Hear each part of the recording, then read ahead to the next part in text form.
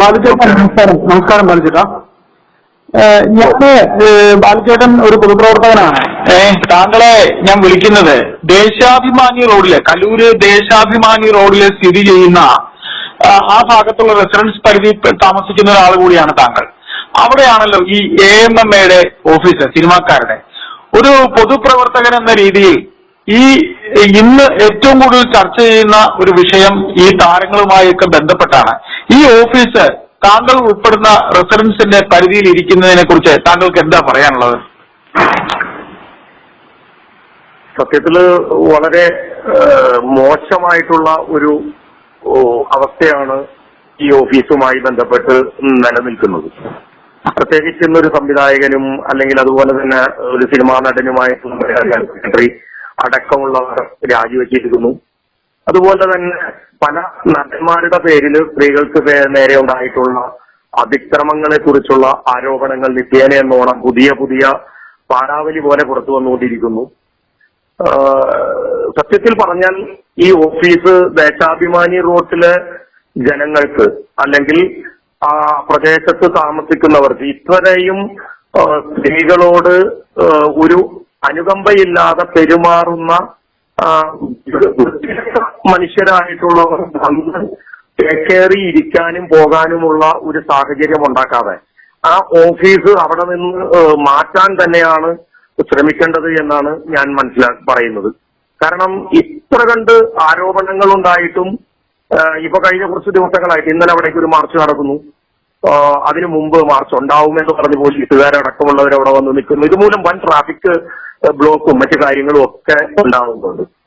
ഇത് വളരെ മോശമായിട്ടുള്ള ഒരു സാഹചര്യമാണ്. ഈ അമ്മ എന്ന് പറയുന്ന ഓഫീസിന്റെ പേര് വരെ അവിടെ നാട്ടുകാര് മാറ്റി പറഞ്ഞു തുടങ്ങിയിട്ടുണ്ട്. അതും പ്രത്യേകിച്ച് സ്ത്രീകളോട് കാണിക്കുന്ന അതിക്രമങ്ങൾ, സ്ത്രീകളോട് കാണിച്ചിട്ടുള്ള അതിക്രമങ്ങൾ നടത്തിയിട്ടുള്ളവർക്ക് വന്നിരിക്കാനായിട്ടുള്ള ഒരു കേന്ദ്രമായി ഈ ദേശാഭിമാനി റോഡിൽ പ്രവർത്തിക്കുന്ന അമ്മ എന്ന് പറയുന്ന ഓഫീസിന് അനുവദിക്കാൻ ബുദ്ധിമുട്ടാണ് എന്നുള്ളതാണ് എന്റെ അഭിപ്രായം.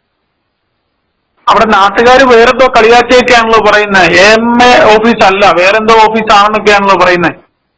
ഞാനത് എന്നോട് സംസാരിച്ചപ്പോൾ ഞാൻ സൂചിപ്പിച്ചല്ലോ, അമ്മ എന്ന് പറയുന്ന ഓഫീസിന് ഇപ്പൊ മറ്റൊരു ഓഫീസായിട്ട് മറ്റൊരു പേര്, ആ പേര് എടുത്തു പറയാൻ എന്റെ സംസ്കാരം എനിക്ക് അനുവദിക്കാത്തത് കൊണ്ട്, സംസ്കാരശൂന്യരായിട്ട് ഇരിക്കുന്നവരോട് പ്രതികരിക്കാനായിട്ട് ഞാൻ തയ്യാറല്ലാത്തത് കൊണ്ട് ഞാൻ ഈ ഒരു ഭാഗം ആ പേര് എടുത്തു പറയുന്നില്ല. എന്തായിരുന്നാലും വളരെ മോശമായിട്ടുള്ള പേരുകളാണ് അവിടെ ആ ഓഫീസിനെ സംബന്ധിച്ച് ഇപ്പോ കഴിഞ്ഞ 3-4 ദിവസമായിട്ട് വന്നുകൊണ്ടിരിക്കുന്നത്.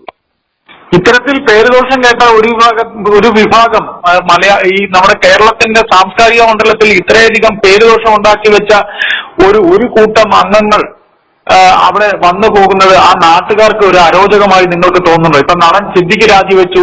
ഇനിയും പല നടന്മാരെ കുറിച്ചും നിറം പിടിപ്പിക്കുന്നതിനേക്കാൾ ഉപരി പറയാൻ പാടില്ലാത്ത കഥകൾ പുറത്തു വരുമ്പോൾ ആ ഓഫീസ് അവിടെ ഇരിക്കുന്നതിൽ ഈ റെസിഡൻസിൽ താമസിക്കുന്ന ഒരാളെന്ന രീതിയിൽ താങ്കൾക്ക് ഉൾപ്പെടെയുള്ളവർക്ക് ഒരു അപമാനമല്ലേ? ഈ റെസിഡൻസിൽ താമസിക്കുന്ന ഒരു വ്യക്തി എന്നുള്ളതിനേക്കാൾ ഉപരി ഇത് സമൂഹത്തിന് തന്നെ നാണക്കേടും മാനക്കേടും ഉണ്ടാക്കുന്ന ഒരു സംഭവമല്ലേ നടന്നിട്ടുള്ളത്.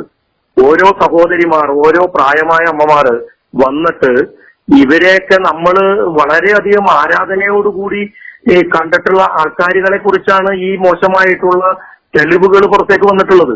അത്തരത്തിലുള്ള ഒരു സാഹചര്യം നിലനിൽക്കുമ്പോൾ ഇവർക്ക്, ഞാൻ നേരത്തെ സൂചിപ്പിച്ചല്ലോ, ഇവരെ പോലുള്ള ലംബടന്മാർ വന്നിരിക്കാനായിട്ട് ഉള്ള അവസരം, അത് ഈ ഓഫീസ് ഇരിക്കുന്ന സ്ഥലം, അത് ഞങ്ങൾക്ക് ഒരു വലിയ നാണക്കേട് തന്നെയാണ് എന്നാണ് ഞാൻ പറയുന്നത്. ഏതായാലും ഒരു നാട്ടുകാരൻ എന്ന രീതിയിൽ താങ്കൾ ഉൾപ്പെടെയുള്ള ആ പ്രദേശവാസികൾക്ക് ഈ ഇത്തരം പ്രശ്നങ്ങളിൽപ്പെട്ടവരുടെ ഒരു ഓഫീസ് അവിടെ ഇരിക്കുന്നതിൽ ഉള്ള ആ ഒരു വിഷമം പ്രകടമാക്കിയതിൽ സന്തോഷം. തുടർന്നും മറ്റു വിഷയങ്ങൾ എന്തെങ്കിലും ഉണ്ടെങ്കിൽ താങ്കളെ ബന്ധപ്പെടുന്നതാണ്. Thank you. ഓക്കെ.